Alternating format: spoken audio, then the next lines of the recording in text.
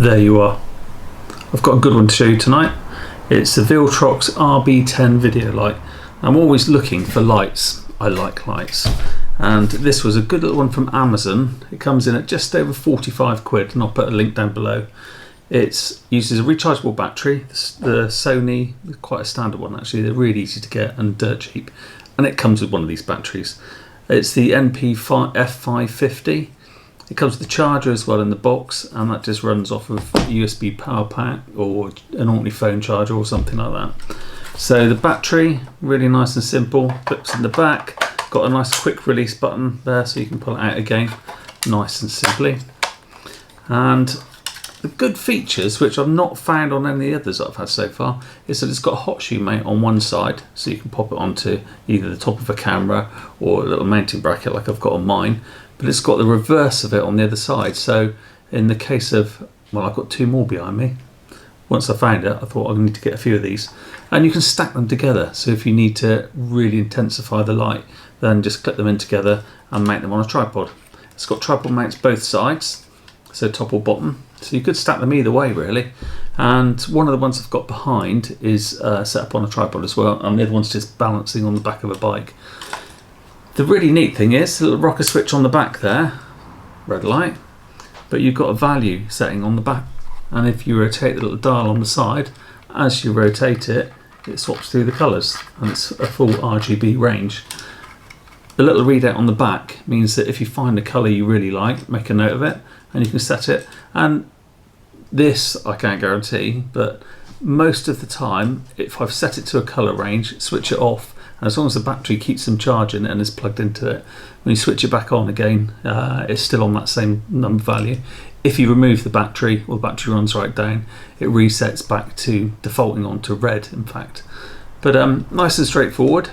So a little switch there. So the little knob to change the colours is just a little rotating one, but if you press it in just once, it'll go into like a pulse mode, where you can see on the back there, it's scrolling through, hopefully you can see there, it's scrolling through the colour values, and the light will slowly cycle through a range of colours. If you then press the button on any of those, it locks onto that one, and that's the number and the colour it will stay onto. Additionally, if you hold the button in for longer, it will change from being an RGB light to a white light.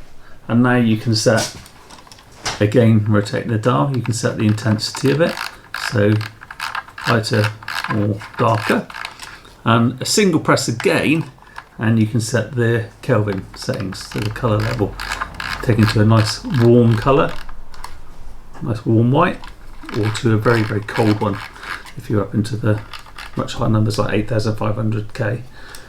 Really neat. Let me just grab you another one. So this is my one set up as a green light in the background there. So again, I'll switch it off so it's not to blind you with it. That's a little connector I was mentioning. Can you see it there with the light? And you've got a corresponding one on this one. So you can just clip them together. And I've got a third one back there. I won't remove that because my blue light will go out. But that can go on the side, and you stack as many as you like. And then when you put them on, try not to blind you again here, I've got one on the white setting and then one on the colour range.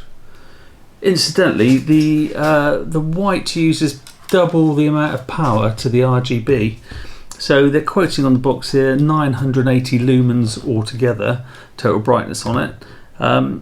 But looking here on the, if you've got white light, so using the white and the warm settings, it's 10 watts it can draw, whereas on the RGB settings it's 5 watts, so you get double the lifespan on it.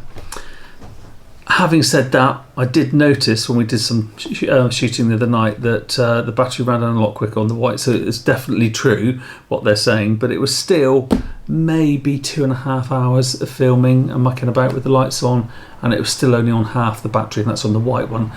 On colour settings, it hadn't even dipped down 1 bar on the little battery level meter that you can see on the back there. Anyway, highly recommend it. I'll put a link in there down below, and hope you like it. If you like the video, please thumbs up. I'm new to this, and if you like this sort of thing, then please subscribe, and I will be very grateful. See you soon.